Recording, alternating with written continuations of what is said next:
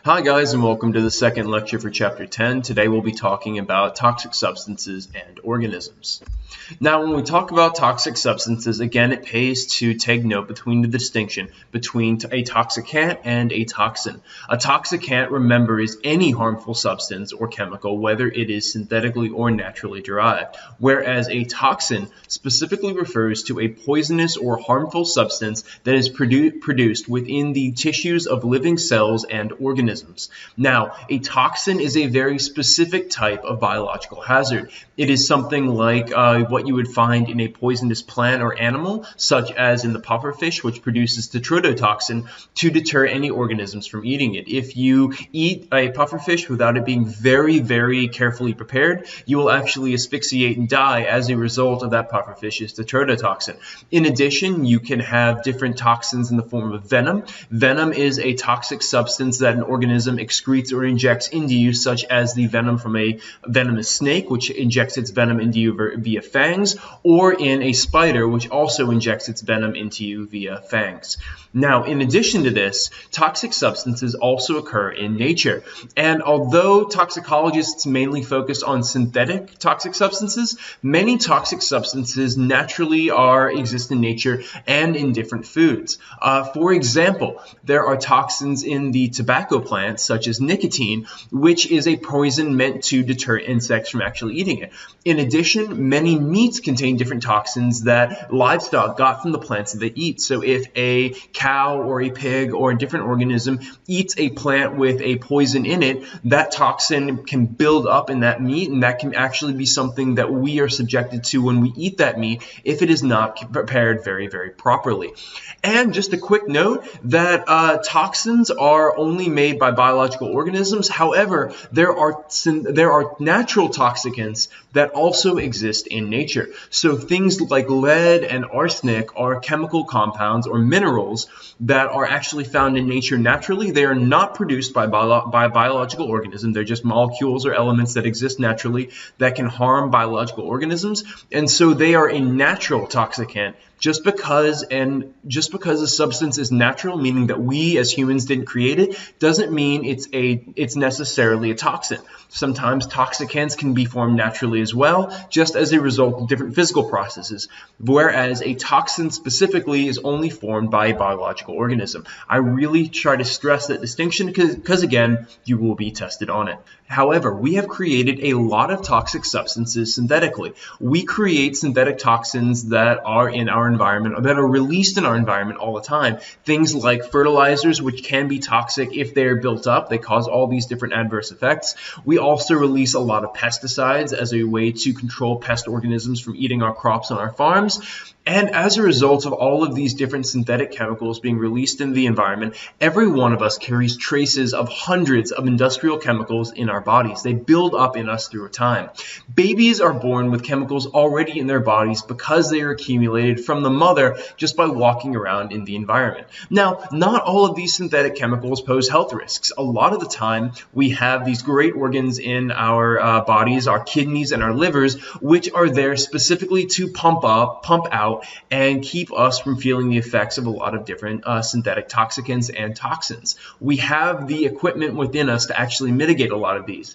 So a lot of these synthetic chemicals just kind of pass through us without having any long-term side effects. However, very few of the 100,000 chemicals that are on the market have been tested. So we don't know which synthetic chemicals we can acclimate to and which synthetic chemicals over time can really cause us a lot of problems. This was really addressed in 1960, specifically 1962, with the publication of Silent Spring. This was a book by Rachel Carson that was talking about the different sorts of synthetic chemicals, namely pesticides such as DDT, that have adverse effects both on humans as well as adverse effects on different organisms in our environment. In Silent Spring, she focused on the negative effects of DDT, a pesticide, on different raptors, different birds of prey, because as these chemicals are ingested into pest organisms, the pesticides or the insects that the pesticides were intended for, they can build up over time in something called biomagnification. And this can actually really impact the organisms higher up in the food chain, such as birds of prey, which eat a lot of organisms.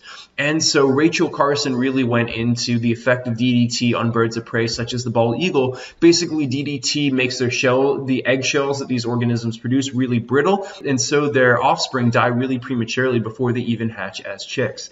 Now, there are many types of toxic substances, and usually they're categorized by the specific ways they impact our health. There are a lot of these that kind of overlap, but I'm going to try and give you a lot of definitions at once, break this down for you guys so it's easy to understand, and go over them one by one. Carcinogens are toxic substances that cause cancer, either directly or indirectly as they build up through time.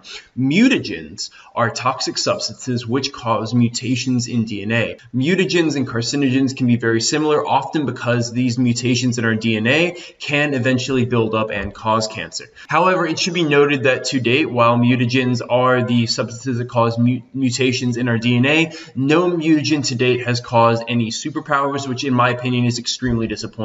If they're also going to kill us, it should at least make one of us Spider-Man. In addition to causing cancer, mutagens also cause disorders and can affect the reproductive success and fitness of an organism's different offspring. Now, a teratogen is a chemical which causes harm to an unborn offspring in the womb. Basically, these will affect development in the womb, and it can usually cause an increase in the severity of birth defects. A neurotoxin is a toxic substance which affects the nervous system or the brain. An allergen is a chemical which overactivates the immune system, causing a histamine response. Basically, your body goes into overdrive to try to get rid of whatever foreign substance is causing the allergic reaction, and basically it is an overstimulation of the nervous system. Now, while normally this can be thought of as benign because that allergy can be a runny nose, itchy eyes, or something of that nature, in few scenarios an allergic reaction can be fatal. In the case of anaphylactic shock, such as an allergic reaction to a bee sting or an allergic reaction to a peanut allergy, for example, the immune system can actually cause swelling in the neck and throat and the airways and cause asphyxiation, so basically suffocation as a result of this allergic reaction.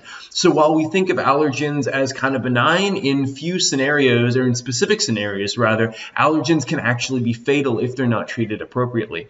In addition, we also have a toxic substance category known as pathway inhibitors. Pathway inhibitors interrupt different vital biochemical processes by blocking one or more steps in that pathway. Rat poisons, for example, are pathway inhibitors which cause rapid hemorrhaging, and in addition, others block something called sodium ion channels, which are basically the communication system of your nerves and neurons, and as a result, you asphyxiate basically because your nerves can no longer signal your diaphragm to inhale and exhale air, and so you actually asphyxiate from lack of oxygen.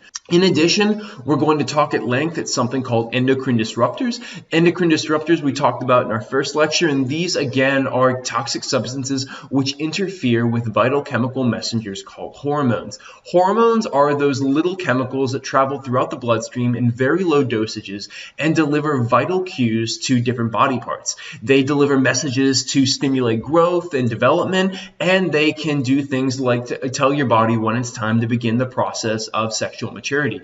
In addition to that, they can regulate brain function, your appetite, your sex drive, all sorts of things to keep your body running appropriately and keep all the different processes in check. Endocrine disruptors can mess up this hormone pathway system in two different ways. Either they can mimic or outright disable these hormones, amplifying the signal or blocking the signal entirely and causing a cascading effect on all of our different body systems. Chemicals that mimic these products, chemicals that mimic female hormones, for example, include bisphenol A or BPA and phthalates. For example, the worldwide drop in sperm counts among men has often been attributed to different endocrine disruptors. In addition to this, other issues associated with endocrine disruptors are gonadal abnormalities, so abnormalities in our reproductive organs, as well as low birth rates, male feminization, particularly in frogs and other amphibians, which absorb endocrine disruptors very rapidly through their skin and water, as well as different hormone abnormalities. Now, a lot of natural defenses have developed through evolution as a way to mitigate and offset the negative effects of many of these toxic substances. Some we talked about a little bit earlier were our kidneys and our liver. We're going to go over that in just a second. But many toxic substances have existed in nature or the environment for a very long period of time, either toxins directly produced from biological organisms organisms, or natural toxicants such as heavy metals, things like lead, cadmium, arsenic, mercury, all sorts of minerals that exist in the environment that have adverse effects on different organisms. So over time, organisms have evolved to tolerate a whole variety of toxic substances. So our first line of defense are often our skin or things on our skin, things like scales, feathers, hair, or fur. Things on our skin or our skin itself are naturally a first line of defense from keeping different toxic substances from getting into our bodies and causing all sorts of damage. In addition to this, enzymes that organisms have produced or have evolved to produce can rapidly break down toxic substances or a variety of toxic substances so that they don't attribute or so they don't incur negative effects on that organism. Other organisms have evolved biological systems that make soluble toxins easier to break down and excrete. For example, our livers break down toxic substances like alcohol, and our kidneys transport those substances out of our body through urine. In addition to all of this, we also store a lot of our toxic substances that we ingest in fatty tissue, and so that by capturing it in fatty tissue, it doesn't hurt us. However, if we begin to burn off some of that fatty tissue, those toxic substances begin to fall out of suspension, and that's when they can actually begin to do damage. So a lot of natural defenses to toxic substances already exist by organisms in nature. However, there is a major problem here. These organisms naturally evolved to deal with a lot of these toxic substances over millennia. So they evolved over generation through time to eventually build up these natural defenses. However, a lot of these new toxicants we put into the environment, these synthetic toxic substances, are very, very recent. We've developed them in the last few decades. And so organisms have not had time to build up a defense. And so this leaves them very, very susceptible to the new synthetic chemicals that we're releasing into the environment now. So when we talk about exposure to any sort of environmental hazard, being a toxic substance or anything else, exposure dictates response. And what that means is that the risk associated with any toxic substance or any environmental hazard usually revolves around two things: the total amount of exposure as well as the time interval over which that exposure is applied. And this culminates into two different types of exposure. First is acute exposure. Acute exposure is high exposure, which is incurred over a very short period of time. Usually this is pretty easy to recognize. It can stem from very discrete events, such as the ingestion of a toxic substance. In the case of an environmental hazard, a discrete event can be an oil spill. In the event of maybe nuclear radiation, that can stem from a nuclear accident. Basically, it's very easy to pinpoint the source of acute exposure. In addition to this, toxicity events can usually detect the effects of acute exposure. Basically, a blood test will detect whether there's poison in your system. A test for radiation will detect if you have incurred any radiation damage. So usually acute exposure can be easily picked up and measured. Contrast that to something called chronic exposure. Chronic exposure is low exposure, so very low amounts of the hazard stretched out over a very long interval of time. This is more common, but it's much higher to detect as well as diagnose. Basically, the effects of this exposure occur very gradually. Usually, in the case of lung cancer, for example, you are consuming a chemical or exposed to a chemical over a very long interval of time, and so the effects are very gradually felt, which eventually culminate into a different type of cancer. In addition, liver damage, which is basically a long-term effect of consuming high amounts of alcohol, will occur very gradually until finally, when you're in your 50s or 60s, you begin to see some of the effects of that chronic exposure to that toxic substance, alcohol.